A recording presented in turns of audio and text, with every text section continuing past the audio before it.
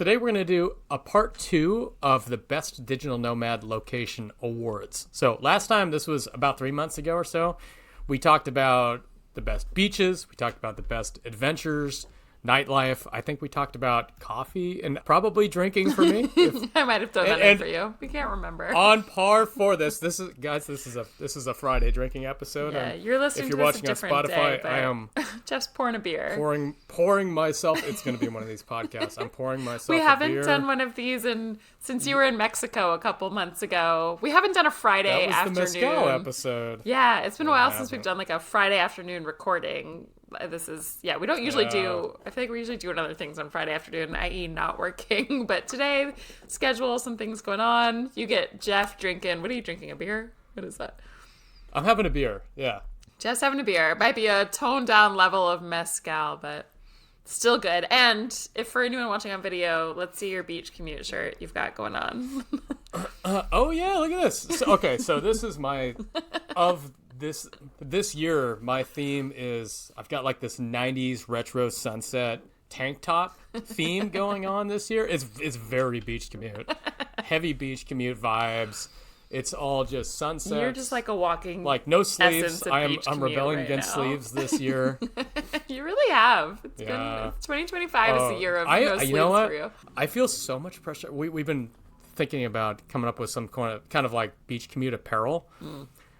It is so much pressure in my mind to get that right because I want it to be fucking perfect. I want the beach commute tank top to be the last tank top that I ever wear. Just variations, like subtle tweaks and variations of the ideal beach commute tank top. Just Jeff, you keep, I don't know. It's going to be... I'm imagining you as like a mad scientist in a lab right now, just like working on the colors. And I just want one day for you to come to me and be like, Marissa, I've got it. And I'm going to be all for it. I've done it. It's beautiful. It's just like, yeah, comes out on this floating pedestal. I hope so. I've got it. You've got it. You've nailed it. It's like the recipe you've been working on in like the chemistry lab, and like I feel like instead of coming up with a cure to like save cancer, we will just have the perfect beach commute tank top, saving the world one tank top at a time. There's so many important things to do out there. For me, it's more than that. It's more than a tank top. It's a mission. It's a purpose. It's a vibe. I want it now. You sold me. Can we put a poll on Spotify? Would you buy Jeff's tank top, beach commute? Not the one he's wearing, but Jeff's beach commute perfection tank top that we will produce and you can't have this sell. one. You can't have that one. That's a good one. I'm all for that one, Jeff. Yeah. I think it should have some inspiration there. But Let's anyway, get some apparel going. Let's get let's vote. Would you get commute some beach apparel. commute apparel? I'm ready. I'm gonna be rocking it at the beach. Jeff and I were just talking. We've both been in the U.S. for a little bit. I've been here a little longer than you have. It's time we get out. It's time we get back into the world. I need my beach commute gear. I need to get out to the beach. My health needs it. It's time. So you might be seeing us at the beach soon. Okay. With that, did you even introduce the episode? I can't remember. This is a Friday. Did we say what we're talking about today? Yeah. It's the part 2. Yeah. It's a continuation. It's part 2 of the Best Digital Nomad Locations Awards. You did say and that. Marissa has categories. I'm not even the one drinking. You know this. I've got categories for you. We haven't come up with answers. This is one of those where we're going to answer on the fly because you're going to get the best episodes, but get the best answers, especially while Jeff is drinking a beer. They're going to be good. Do you have the episode number, Jeff, if somebody wants to go back to that first one and listen to the first part? I do. This is episode 201. This is May 26th, almost three months ago. Okay, not that long. So if you like this one, you want to go back and hear the other ones. These are really fun. So essentially, we had a beach commuter wrote us in and asked us to do this episode a little while back, and we brainstormed so many that we're like, this is actually one of the few we've remembered to come back and actually do the part 2 that we said we're going to do a part 2 too. So I'm pumped. We finally did it. We remembered a part 2. I'm so proud of us. This is awesome. But basically the question was like, can you share like what are your favorite places for individual things? Like the best food, the best weather, the best views, whatever it is. So this is the next round of it. We've even got a third round. Like props to us if we ever come back to part 3. I hope we do. I'm going to write down here, part 3. Do we? We've got enough for 3? Yeah, we do. We could keep doing these forever, but Yeah. I have enough already for a part 3, so we're only going to do, there's 11 we're doing today, and with that, let's jump in. So, number 1 to start, Jeff. Which country wins the award for the friendliest locals? Costa Rica. First thing that comes to mind. Easy call. It's the Pura Vida lifestyle. Everybody's just they're known for that anyways, right? They're just friendly people. Yeah. Yeah, just generous, really friendly, easy to be around. I can't think of a close contender, really. I mean, the closest that I would get to would be maybe parts of Colombia. Again, Latin America, right? It's Latin America. Is the broad answer is Latin America. Although, maybe you could make an argument for Southeast Asia. It's funny. So I actually was thinking about this for a second. And normally it's like the first ones that come to mind. I feel like when I was the first thoughts were sort of individual people. Sometimes, you just like there's someone you meet or a tour guide or just some local friendly person that kind of paints the picture for the whole country, even though it's not accurate. But I was thinking at first some places in like Namibia, I feel like I met some really friendly people. Nigeria, some really friendly people. Southeast Asia. I was also thinking for a second, like Thailand is a lot of places, like Myanmar, there were some really friendly people, but there was such a language barrier that I had a hard time, like, really knowing, but they felt friendly. So I feel like there's a lot of, like, I will give some of those countries some top contenders, but then when I really thought about it, I was like, oh my God, of course Costa Rica. Literally every human I meet there is the kindest human ever, and I love them. So I had to choose Costa Rica too. Some other ones got honorable mentions. It's a clear-cut answer. But I just think, and I've spent so much time, and I can communicate in Spanish a little bit better than like other languages, and I just think Costa Rica's pretty easy, pretty neutral with the accent too. Yeah, you can understand the Pretty Spanish easy, there better than some other countries. But I just think about all the people I know there, and everyone's just like so willing to help. It's just a Pura Vida lifestyle we've talked about so much, but like they're so willing to help you, to go out of their way, to just like ask how you are, to remember, they're so friendly. So friendly. So there's also something, I wonder, I can't remember if we talked about this on the podcast before, but it's one of the few countries that like doesn't have any sort of military army, and all the money that would typically go to like defense for them goes to, what do you call it, like education. It has like one of the highest literacy rates. I feel like that there's less like war and defense happening there, and just like friendliness. I don't know. Maybe there's something to that, but it's so friendly. So I love that we chose the same country there. So I doubt we'll have any more of those, but number one takes the cake. You think so? All right. Let's. I don't know. Maybe. I think we might get. I don't know what's in the list. We'll see. Just from having been different places, not because we disagree. Okay. Well, let's go to number 2 then. Which country or place wins the award for the best digital nomad community? Oh boy. Wait, is it country or is it city? Yeah, let's say you could do this by city, because I feel like for this one, the city really matters. So, like, give me the city and country. Man, the best? Yep, digital nomad community. God, there's such a good one in Cape Town. I just don't want to go that far. It's just so far away. You know, that could win, and that's also only January, February through March. Like, that's true. Cape Town season, but that's a good one. Do you know what an antipode is? Like ANTIPODE? I don't think so. Should I? An antipode or antipode is the complete opposite end of the world from you. I remember you looked up a website once that like shows it's Cape Town, or it's like almost. It's just like out. It's literally a from California in the bay. There. Wow. It's so far away. Okay, so I've got to rule out Cape Town. You know what? This one's tough because usually there's the first thing that comes to mind, and it's not accurate in this one. I think of my favorite places. I like, I love my Puerto Escondido. I love Mexico City, but I don't think those are the best digital nomad spots.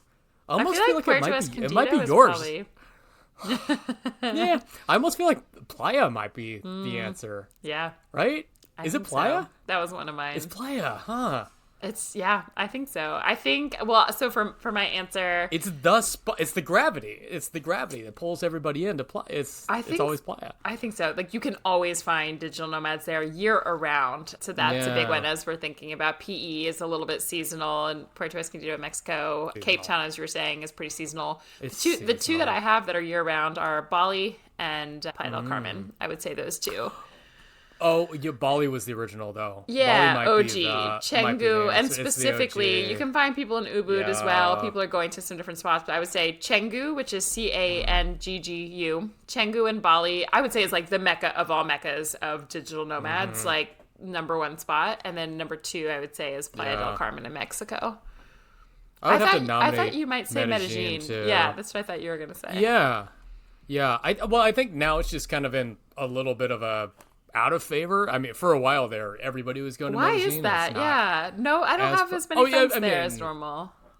I think it's just going like cycles, kind of like Bocas del Toro did its little thing for a while, and Costa Rica did too. I think it's just going to go through in and out of seasons in favor.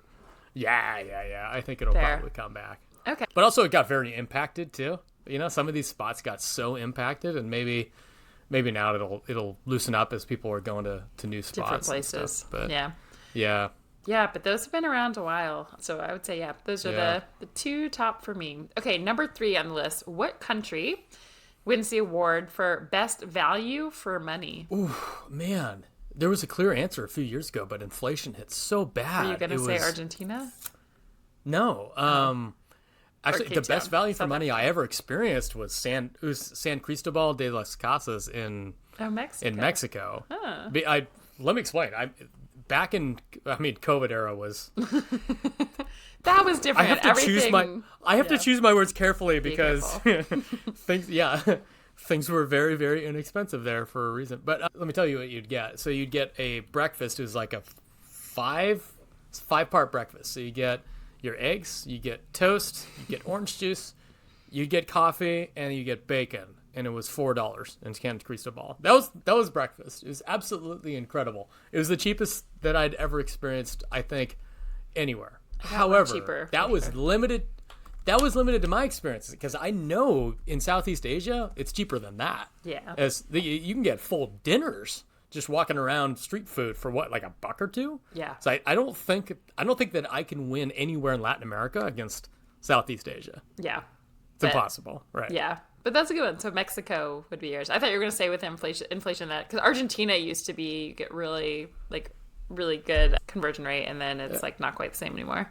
Well, when I was there, especially last year, because they had all of the chaos there, and they had, well, just so you guys understand, they went through hyperinflation back in early 2024, late 2023, and they didn't even print menus. Or when they did print menus, they just had written over little tape pieces where the prices were. So often. Because depending on what today, $5 is worth one steak. Tomorrow it's worth 2 steaks. Like, it's absolute. It was that insane. There was no consistency at all. So it was, and so, but any given time, like a steak dinner, which you would know to be one of the most expensive things that you could buy at any given restaurant, would never cost you more than double digits. Like it would be around like $8, $7 or $8, which you just don't find anywhere really on the planet. So that should really be a contender. Though I would say now,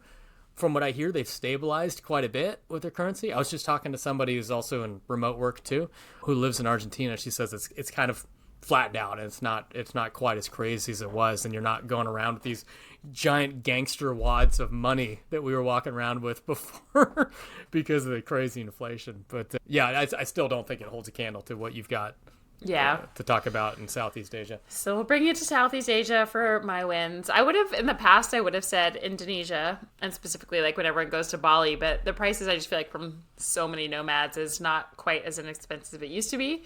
But my wins, I'll say like the broadest one I'm going to give to Thailand still. When I was there, I guess I was there 2 years ago living for a couple months, and like I would go to this like market to get a meal, and it was always $2, like USD conversion. It's insane, and it's like good quality, healthy, amazing food, it makes no sense. But you get really spoiled there, and then you leave anywhere else. And I would come. I think I came back to the U.S. after that, and it was like an $18 salad. And I was like, what the fuck is this? Like it's just it's hard. It's hard to leave after you've been there. Yeah. And salads are $18. Like, wait, what? Where's Big Salad is coming after us? It's wild. Big Salad, Big. What was the other? Big Cubicle. That was the other one. That's Jeff's favorite.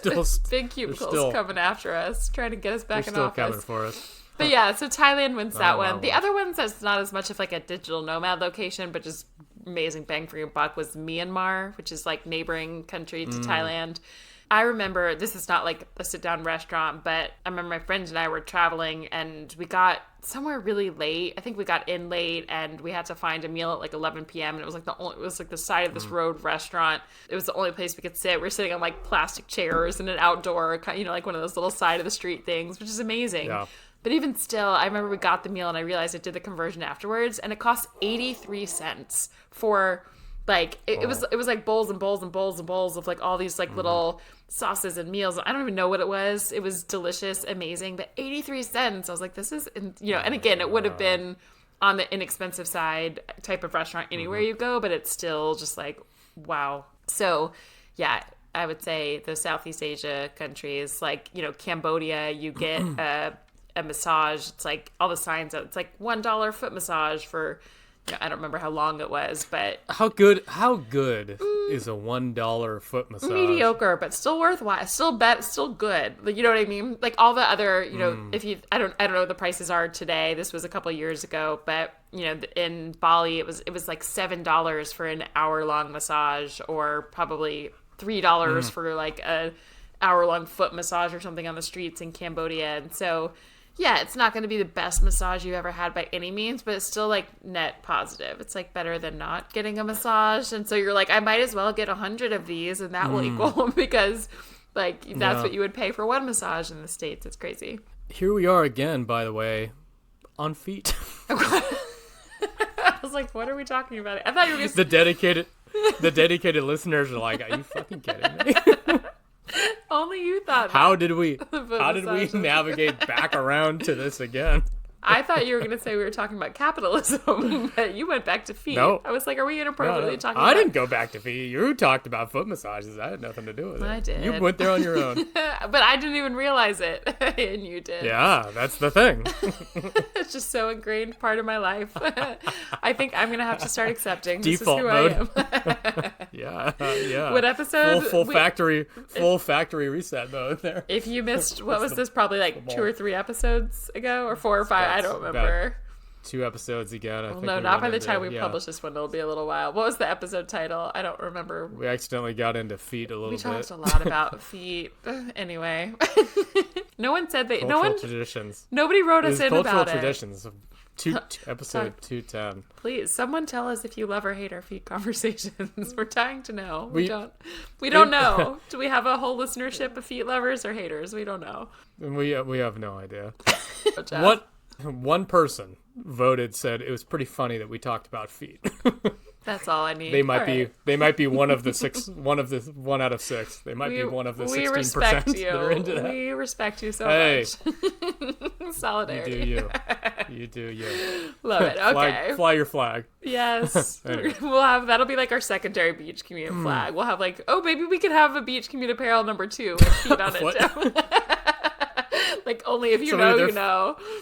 So, somebody, yeah, right. It's just feet up on a scooter. Perfect. Inside jokes from Beach Commute. If you guys want this tank top, please let us know so Jeff can go mastermind create it.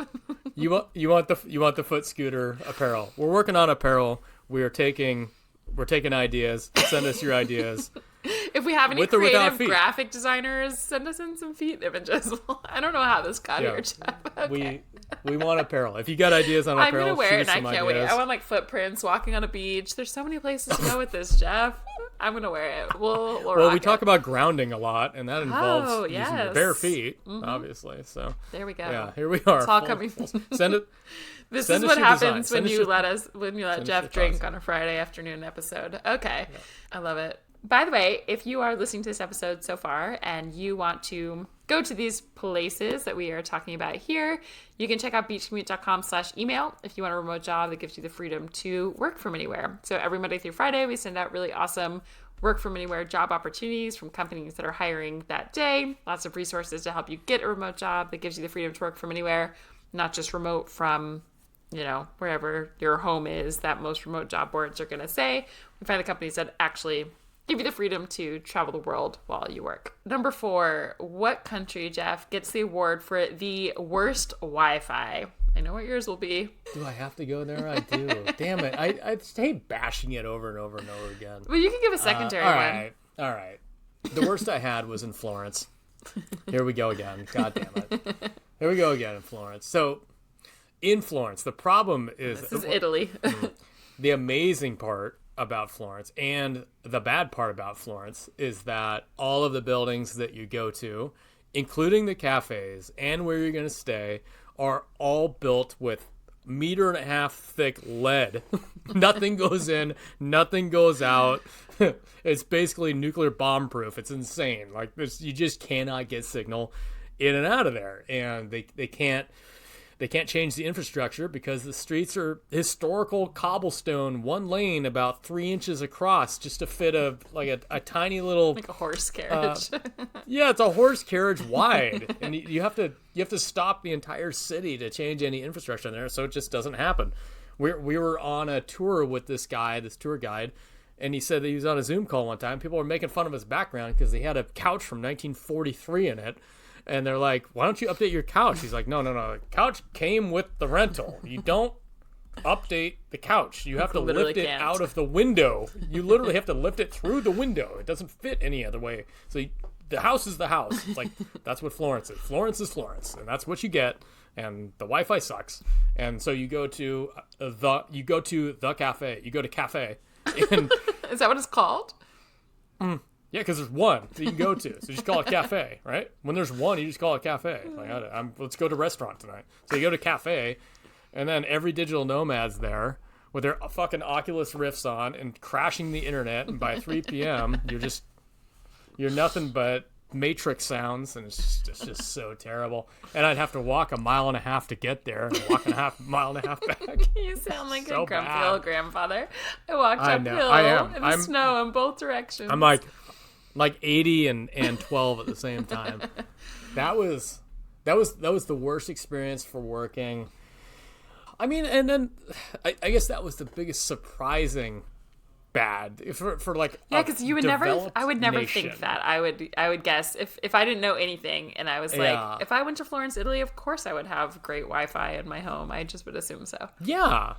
Yeah, exactly. For a fully developed country like that, you expect all the infrastructure to be tip-top, but absolutely not.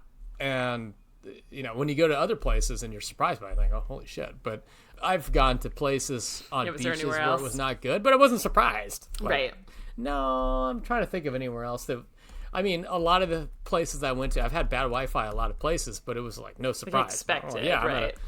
I'm at a cafe on a beach in Costa Rica. Of course, the Wi-Fi sucks. Like, now it's better. With Starlink everywhere, it's hard to do wrong. You can get it. You've got it in Holbox at like 100 down, right? Wow, I know. I was just thinking about that. Incredible. That would have been one of my past ones. There used to be like 0, but I've heard now it's actually pretty good. Yeah, they're all Starlink in Holbox now, and that.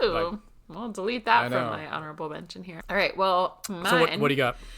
Mine was easily, hands down, Nigeria. It was so hard there. We were told that the Airbnb that we booked, we specifically asked. They were like, yes, I wasn't part of this booking, but the person who did asked, and they were like, yes, we promise, like, it's set up, we'll have it ready for you, all of that. And it was like, actually just didn't, it was like 0.2, I don't even know if it's possible to be like 0.5 connection. Dial up. Yeah, but we tethered, and you could get a lot of data to your phone. Really, it was like $25 for basically like unlimited for the month. So that was fine to do. But on top of the Wi-Fi, just like basically being non-existent anywhere, there was a couple of hotels that we went to that were decent, but like maybe 2 hotel lobbies I would go work in. I would still probably tether to my phone. It wasn't great. It was just a place to sit. But also in Nigeria, the power goes out so often. And there's generators. So like a lot of the nicer houses there have generators, but it still is one of those where it'll shut down. It takes a minute or 2 for the generator to kind of kick in, the lights to come on. So you're working, and then like your call cuts out, or you're working late at night there because the time changes. So you're just in a pitch black room. Even if you're tethering, it's a little bit of a nightmare. So that takes the number 1 cake for me. I was going to say Holbox would be an honorable mention in Mexico, because there used to be like no cell service, no nothing there. But you're saying now, we've heard. Fixed. Yeah, I need to get back there. It's a magical place. And then Guatemala, I haven't been in a couple years, but that also used to be a really tricky one. It's a struggle there. Yeah, I don't know if it's better now. It was a struggle when we were there. Because you were there not 2 years ago? 2 years ago now. Yeah. Yeah, it wasn't great. Yeah. It was not great. So, could be better today. Don't know exactly, but it's still a tricky one.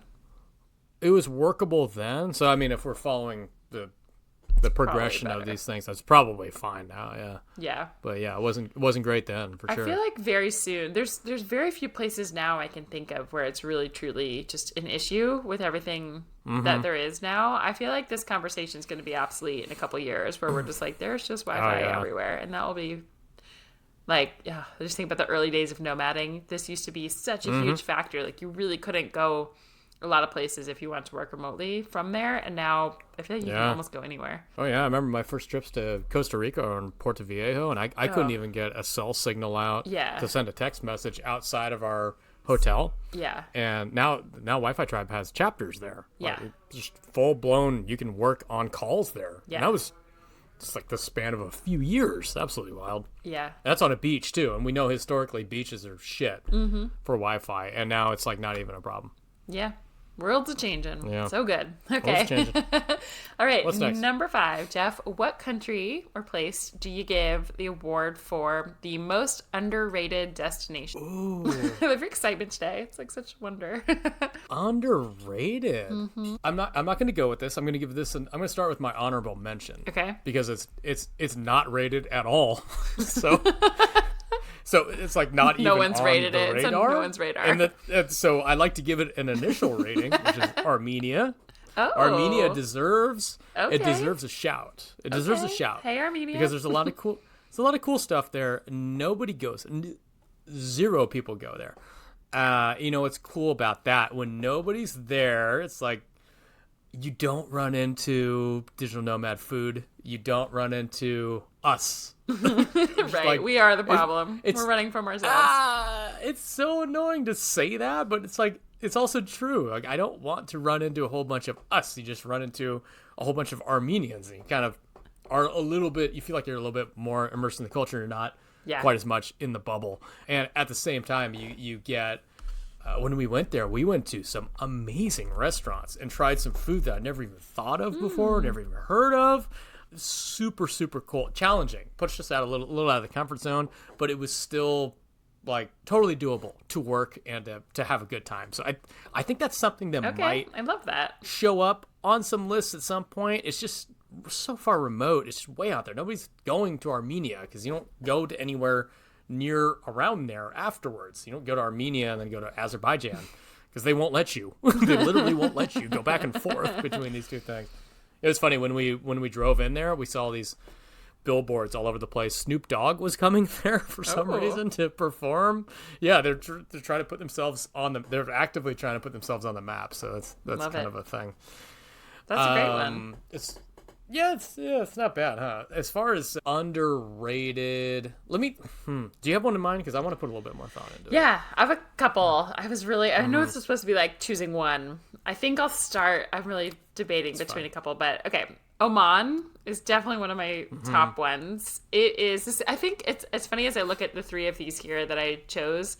It's what you're saying, which is they are not nomad spots. They are not really even like travel destinations. Like most people, even just as like vacationers, don't have Oman on a spot. I didn't know anyone else who had ever been there from, travel or nomad or otherwise when I went. But I went with Wi-Fi Tribe because Diego had lived there for a couple of years when he was growing up. So it's sort of like a special place to him. But I knew nothing about it. There was like 0 other tourists there. The same thing when you walk around, like nobody, not a one.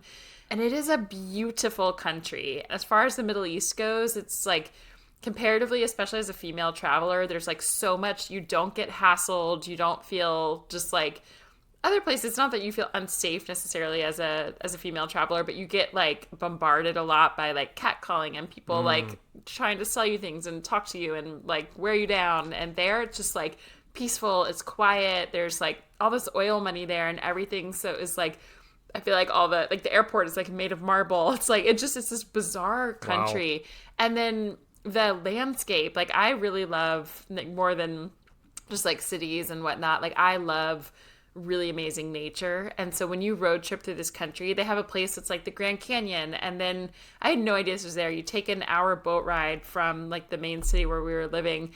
And there's this like, they're called like the Adaminyat Islands, but there are these like bright blue, like white sand with blue water, not a single other person there. And then you go to these places and there's like desert you can drive through for like 3 days. And there's these wadis, which are these valleys with rivers through them that are like these green with like palm tree oases.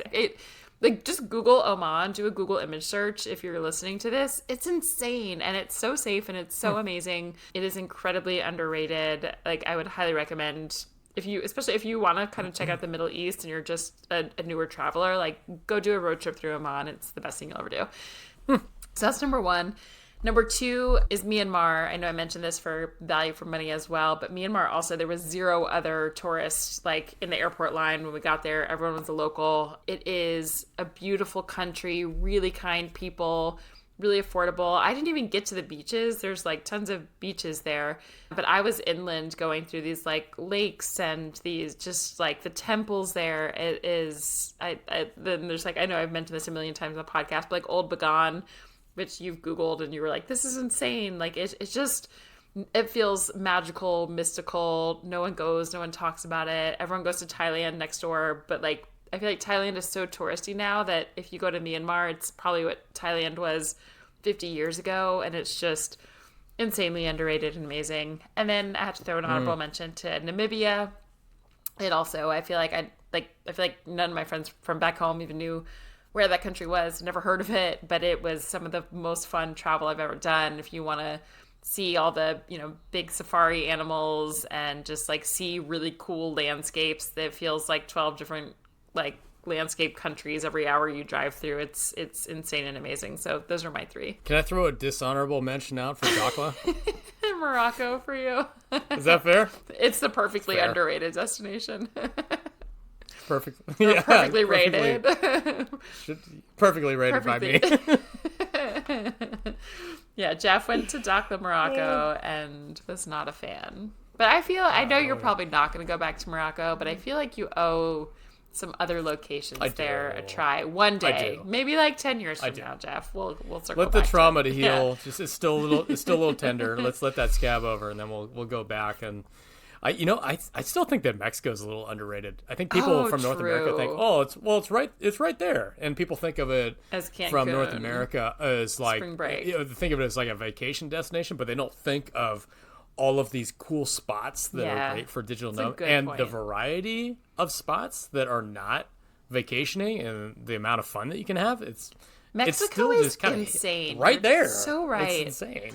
It's funny. Yeah. I feel like if you ask a lot of digital nomads, like people who have traveled the world for many, many years, who have been to, like dozens or 20, 40, 60, 80, 100 countries, almost, it gives me goosebumps, almost every one of us will come back and say Mexico is a top. It doesn't matter, like amazing. And the other cool thing with Mexico is like, it doesn't, I feel like for any type of traveler, right, like some of us love beaches, some people love mountains, some people love adventure, some people love, like, you name it.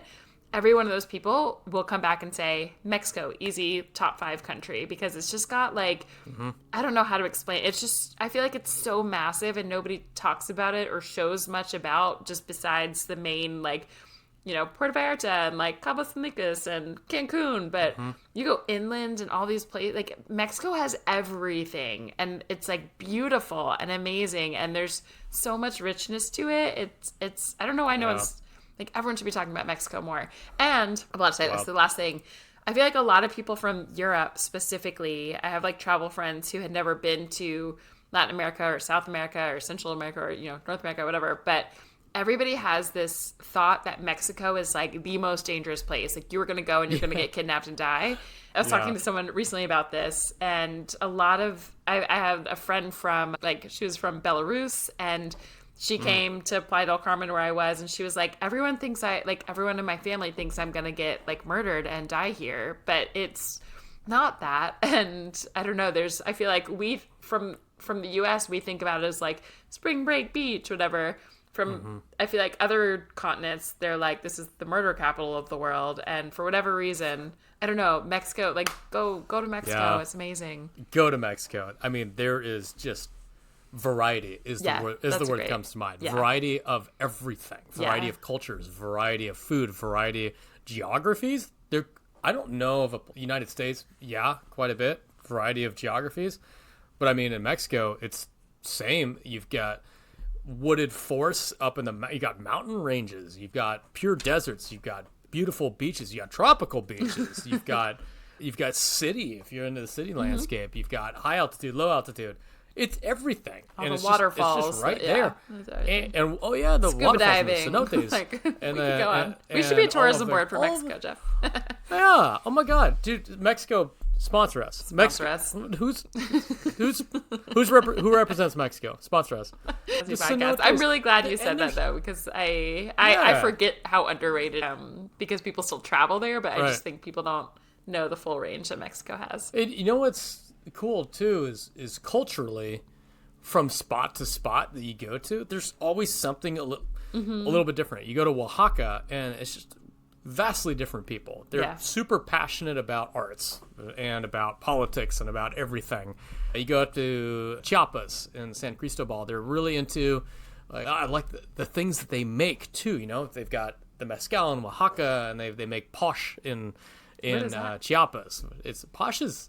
It's like a corn whiskey. So, well, you're from Georgia, you know of moonshine. Yes. it's like moonshine, and they would tell us don't drink it out of plastic bottles. They said, Mexican moonshine kind of. I mean, there's just all these super cool localized cultural type of things. So that it's not a homogenous. This is Mexico. Mexico is everything and anything. There's so much stuff, and somehow it's so underrated because everybody thinks of Mexico as in like 1% Cancun and 1% crime. And it's like, no, there's way more to it than that. And everybody that I've talked to while I'm in Europe, they do, just random strangers that I'm meeting around that are from Europe. It's always on their bucket list. But you don't even think about it for us because it's just our neighbor down below. For them, that is a huge destination. Right. That's a massive undertaking to go there. Yeah. And then beyond that, they've got all of this shit in the news about Mexico's dangerous, and all you read are the headlines about some cartel stuff that only involves a few cartel people fighting cartel people, and it's like, it's not representative at all. Yeah. Like I lived in Oakland for 5 years, and that is way more dangerous. Way more dangerous than anywhere I've been in Mexico, and I had no problems in Oakland either. So it's a lot of it's overblown. That's said. Still use your brain. Yeah. Don't just walk around Mexico like a tourist. Don't walk around anywhere like a tourist. Okay, number 6. So we're going from most underrated destination to the most overrated destination. So Jeff, which country is the most overrated, the most hyped up that shouldn't be? Most hyped that shouldn't be. Okay, so where was super disappointing? I would say, I think Tbilisi in Georgia was pretty disappointing for me. I didn't realize that for you. You didn't really say that when you were there. Yeah, it got hyped up pretty big. Yeah. And a lot of people started trying. It was kind of trendy back in 2023. Everybody's just moving to Eastern Europe because I think maybe prices were low and it was a little unexplored. There wasn't a whole lot there for me. I didn't love it. It was okay. Why not? It was a major city. It wasn't particularly walkable. It was hot as fuck. Like, not in the hot that I like. It's just hot as in like it's just scorching sun walking outside, and it's just kind of not like our tropical hot. It's like asphalt hot, like city hot. It's like, that's just not nice. And it was everywhere we went to was just like digital nomad cafes. You know, like digital nomad cafes, just all the shit you expect, the avocado toasts, the fancy coffees, and all that kind of stuff. And yeah, there was a lot of very cultural stuff there, a lot of fun stuff to do, but it was all kind of out of the way, and the prices weren't particularly good. There's only so many dumplings that you can possibly eat in a little amount of time. Yeah, I think part of the problem is, I mean, it is a great city, but the build-up, I think, was the issue. People telling me, you're going to love Georgia. It's going to be amazing. Tbilisi is so amazing. You're going to eat so many dumplings. Like, okay, yeah. And then on day 3, I'm like, okay, well, what what now? What's left? So, for me, based on the expectations, it fell flat a little bit. Fair. I'll see if I can think more, but I'm pressing to find this because I've been to very few places where I was just like, oh, fucking hate it. You know, there's not many places like that. To like somewhere, or some. I feel like most of the places I go like that, I wasn't expecting to like it anyway. It's not like it was hyped up and then I didn't. You know. But I mean, for me, the real answer is Dakla, but like I've already been through that, and I don't need to go down. We don't need to go down that hellhole again. So that's a good one for the list. Can I venture a guess and say yours was maybe Nigeria? Nope. No. I don't think Nigeria is hyped up as like a rated destination. To me, I was like, I don't know anyone who's really traveled here or been here, so there was no like. My headphones. It wasn't hyped up for it to be. And actually, it was Nigeria was a cool. city then, though. It was a big city. Yeah. It was a big city. Or where I was staying. It was in Lagos. Europe, wasn't it? Nope. Sorry. No. You're asking. I thought you were saying was Nigeria a city where I was there. Nope. Okay. I'm give it to you. This one surprised you. Thailand in general for me. Thailand oddly was one of like. It was honestly the inspiration for my whole digital nomad life. I had a dream, and ironically, it's one of the destinations that sort of not disappointed me the most, but I feel like it was so overhyped and it didn't live up to it for me. But I have so many other nomad friends who it's one of their favorite countries still. So I don't know what it was. There's something about some of the places in Thailand that just feel like so many tourists come and just I don't know what's happening there, but it just like didn't vibe with me in the way I thought it would compared to some other countries. But it's still really beautiful. I've had some amazing times there. I've had some places, but especially when you go to places like Phuket, I feel like you look at these beautiful pictures and they show you like these pictures of these islands you can go visit, and then you go and it's just flooded with, you know, boats and boats of tourists, and the streets are just really touristy. So again, it's a big country. Like there's other places you can go that are not like that and that are beautiful and nature. So there's a lot to love about Thailand for sure. But I'm going to say like Phuket specifically and like Phi Phi Islands and some of those little islands around there, I would say were overrated for me personally. A lot of other people will disagree. I remember that was the spot maybe 10 years ago or so before I started really traveling that people were going to all the time from the States. I had friends that were going to it was Phuket. They're always going to Phuket. Yeah, so it's like there specifically. Yeah, and it was always coming. That I feel like is the most overrated. Posting it on Instagram, take me back pictures of them petting some tranquilized elephant and stuff. Like that was a thing for a while there. And I can see. It's where the full moon parties are. And like the just like neon shirts where just, I can see how that wouldn't jive with you at all.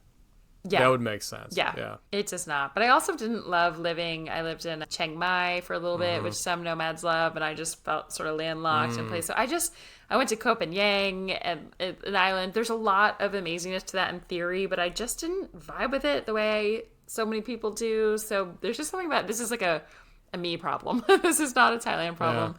Yeah. Thailand is amazing. If you still have a dream to go. So many people love it. It's one of a lot of people's favorite countries, but it's just not. I don't know. It just doesn't quite work for me the way I want it to. Would I like Chiang Mai? It's still better than... I think you would. There's a lot of great restaurants, walkable. It's like landlocked. I don't know. Yeah. So it didn't... It was a weird little... I think you would enjoy it for a little bit. It wouldn't be your favorite place in the whole world, but you would enjoy it. It's a good place to work and just live for a little bit. Yeah. But I give Thailand top marks for food. But it just, as like a hyped up, and still I would choose a lot of places there over a lot of other countries. But as far as the hype goes, it's overrated to me. For me personally. Okay. But this is, It's fair. I wouldn't say everyone feels that way. Yeah. Okay. Number 7, Jeff, what country, I have no idea what you're going to say for this. We've never done this one. but this was a category that came. So, what is the best place to fall in love or have a fling? What country would you say? I think it depends on if you're looking for like a local or another digital nomad would be your intent. Yeah, very different categories. Maybe give it for each. Yeah, for each. Well, I guess for me, it was that checks that off the list. That based on facts. That was for digital nomads with a local. Yeah, because I dated one. Yeah, but I feel like that would also probably be it. Yeah, I know. I'm like, are these just personal experiences? Yeah, it was based on personal experience. Those 3 years. As a digital nomad, I would have to think. I would have to think a hub. So I'd probably go back to somewhere in Mexico. I'd probably say like Playa again would make sense. And I wouldn't say something like Puerto because it's too small. Like you've got such a small little area of people. And yeah, if you start anything, you're going to be like the gossip corner of the 100 digital nomads that are right there. So probably not. I would think something a little bit bigger, like in Mexico City or a Playa, because you've got a big enough base. Or like maybe, I don't know, maybe like Bali would make more sense. I don't know if there's enough people there where not everybody knows whose everybody's business is. Yes, there's so many. Kind of makes a little bit more sense, yeah. Yeah, those would be, I would say Bali was my answer for that too, because Playa, it's funny. People always, and again, my belief is like you can find someone anywhere. You could be in a person of one, and like you will find that. But with Playa, people always say that it's like more of a hookup culture than it is of like looking for long-term love. But also, I feel like that's bullshit. Like, there's definitely people that are looking for relationships too, and it doesn't feel so small. Like, there's always new people, new nomads coming in and out. You don't know everyone by any means, so it doesn't feel like what you're talking about in Puerto Escondido. I would say it actually is a good place for dating as a digital nomad for sure. I would say Bali is probably number one, just because I feel like it feels like more romantic. I feel like it's like take everything you had in Playa for the same reasons. There's even more nomads. I feel like you can also get the same thing where it's just like almost like too spiritual and too, whatever. But Bali is, I don't know, I had fun experiences in Bali with that as well. And it's like such a beautiful, I feel like you're like in a honeymoon location. And so it adds that like love and romance to it as well. So I would give those just for like the dating pools. The digital nomads are big enough in those. If you want to date other digital nomads, I feel like Cape Town actually is pretty good. I feel like people talk about both for nomads and locals. I know a lot of friends who really like meeting locals. It's a good place for dating, like local men there. And yeah, I was gonna say maybe just in like romantic and in life, maybe like Italy, France kind of vibes would throw in there, but not necessarily just for like digital nomad lifestyle. Yeah. That's the thing. Meeting locals is it's like a whole different animal, right? Because digital nomads, we're our own brand of uncommitted, crazy like psychos. Yeah, wandering, non-committal, and then you've got somebody that's stationary that doesn't leave. Yeah, it's different. It's different, exactly. Yeah, but yeah, so we always say if you want to date in those places, make sure you want to potentially stay in those countries, but there's plenty of places for digital. Copenhagen in Thailand is like I would say Thailand is another digital nomad hotspot for dating. But really anywhere, like you can meet people anywhere. So, but those are some hubs. So I guess it makes sense. Yeah. Okay. Number 8, what country do you give the award for the hardest place to leave, or even place within a country? Probably not even just maybe it's country or a location specifically.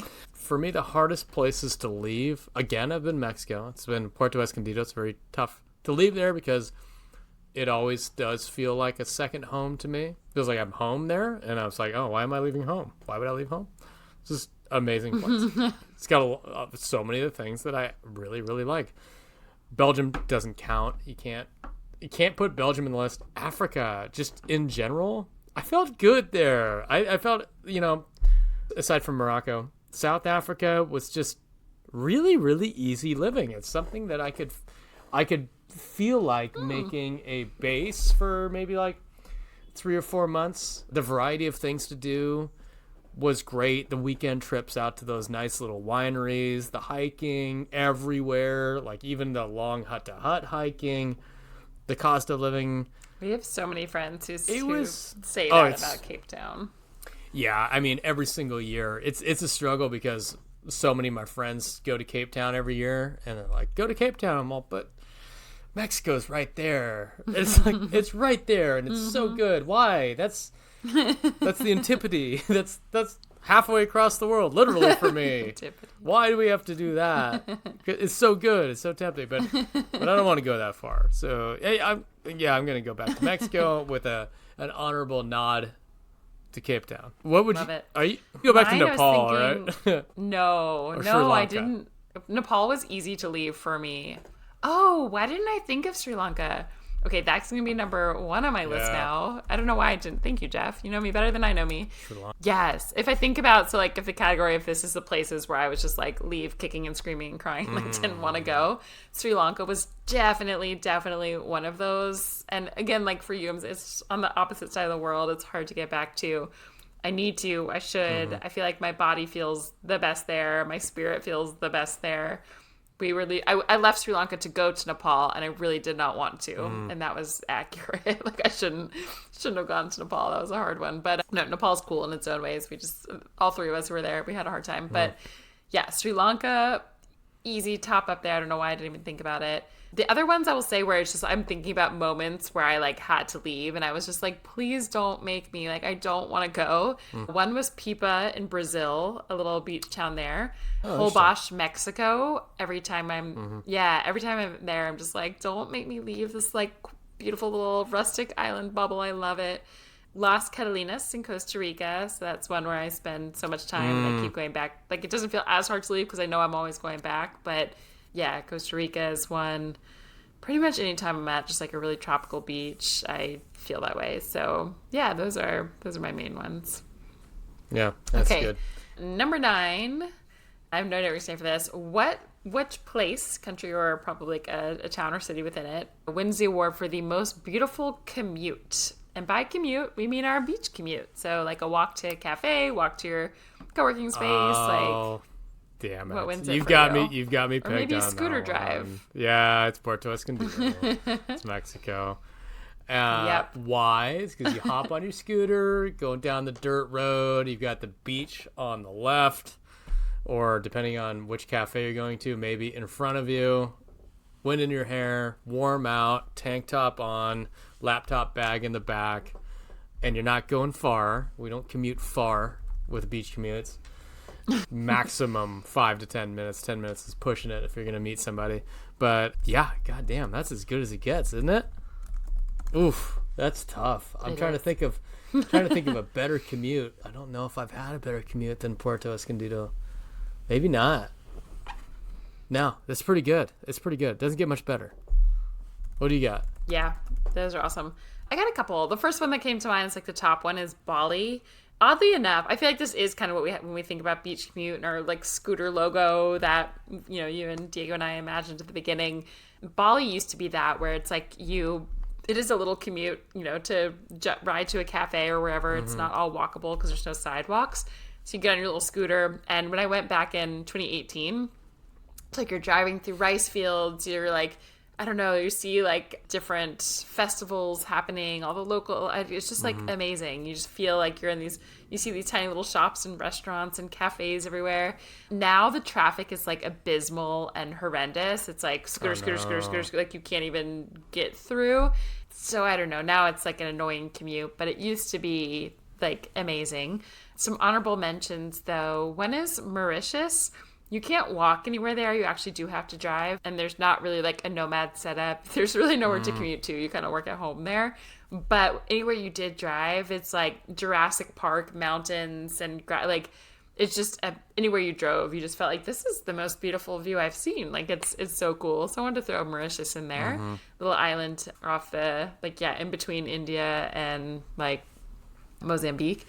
What else did I have? Oh, I think we should say Cape Town, because anywhere you go there, like when you're commuting just from your home to a cafe, like you look up and you have Table Mountain and Lion's Head and the ocean, and it just feels like, who created this? Like whatever universe, like whoever, God, whatever you want to call it, created that little bubble of the world was just like, they knew what they were doing there. They were like, I will make this the most beautiful place. So I'd say Cape Town. And then also the commutes. I will give this to Koh Phangan in Thailand.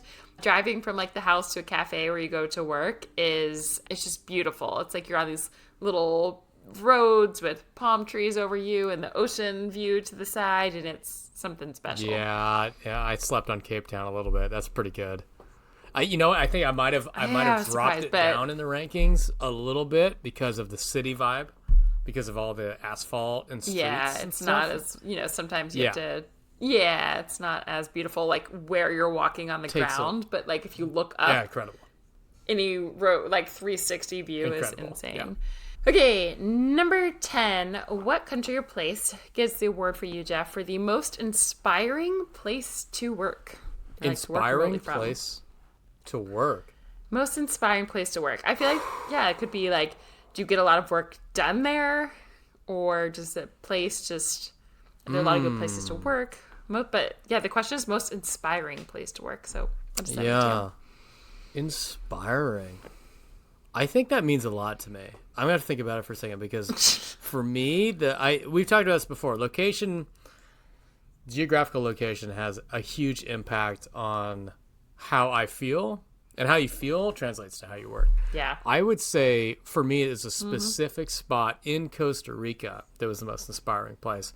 I rented out a tree house in Costa Rica. It was on top of another room in Costa Rica. It's like up the hill in Santa Teresa, and like way up this fucking hill. And it was on top of another residence on the roof. And they built up this tree house, like almost like an actual tree house type of thing. And it was just a room that was only windows, which, as you know, that's how I want to live, in a place that's only windows. And most of it was outside. So the outside was this little bench area that had an outdoor kitchen. It had an outdoor shower that drained onto the roof. And then the rest of it was just bench. Like it was like a sill. It was like just a long table with some seats in front of it. And it just overlooked 180 degrees of Costa Rica beach line. And it was up there, but you could still hear the waves crashing. And you'd hear the howler monkeys behind you. It's like, if I'm going to create my masterpiece, this is going to be where it happens. This is the idyllic scenario where you will be working at any given point. That's ingrained in my memory. That is a core memory for me. That's one of the best places I've ever worked, easily, hands down, and I still want to go back there. End of story. But do you, Jeff, I feel like when I'm in places like that, in my mind sometimes I feel like if someone said, like, where would you go to, like, write a book, or, like, the most beautiful place you can be, like, that would inspire you? I feel like when I'm in those locations, I just kind of want to stare outside, and I don't really want to work. But so do you get work? No, but I'm saying, like, in that, I feel like if I was where you were talking about, I wouldn't want to work. I wouldn't get as much work done. I would want to, like, stare out at the sky and the trees and the monkeys and, like, not work. Well, the question isn't where you would procrastinate the most. I would be inspired. Doesn't mean I would do anything. I would be inspired. Yes, I'd be inspired to work there, but I don't know if I'd necessarily actually do anything. That would be distracting. Yeah. Well, that's what I mean. Some places where would inspire I actually me to, like, get work done versus just, like, inspire me to, like, sit and be present and peaceful and like feel good in my body. Those are two different answers. Too much of a good thing, maybe? It's too beautiful there, and I can't get anything done? Yeah. Oh. I feel that way in Costa Rica. Like, I do get work done in Costa Rica because, like, I have to get work done anywhere, but I would rather not be working in Costa Rica. I would rather just be, like, surfing and, like, walking on the beach and laying by the pool and talking to people. Damn, that is... So does your answer change based on that? Oh, God, that is tough. It might change. I don't know what I'd change it to, but it might. You want me to answer and think about, see if somewhere else comes to mind while I'm talking. Okay. So the first one for me was Bansko in Bulgaria. And it did it for me because, like, I feel like I got a lot of good work done there. I liked working from there. because it's a little European ski town in Bulgaria.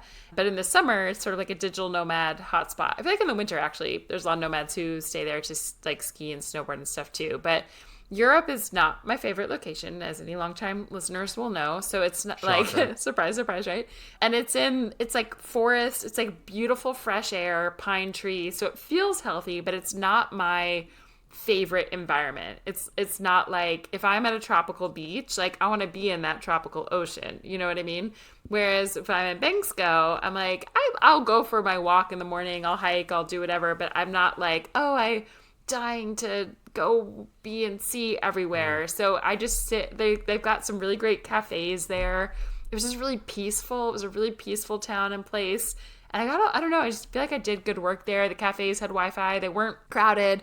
I feel like the type of digital nomads there are not obnoxious. So it's like everyone's just kind of working, but like just being mindful. I feel like they're living, not trying to like maximize digital nomad life. I don't know. It just feels like a really nice, peaceful place to work and have fresh air and nature. The food is really amazing.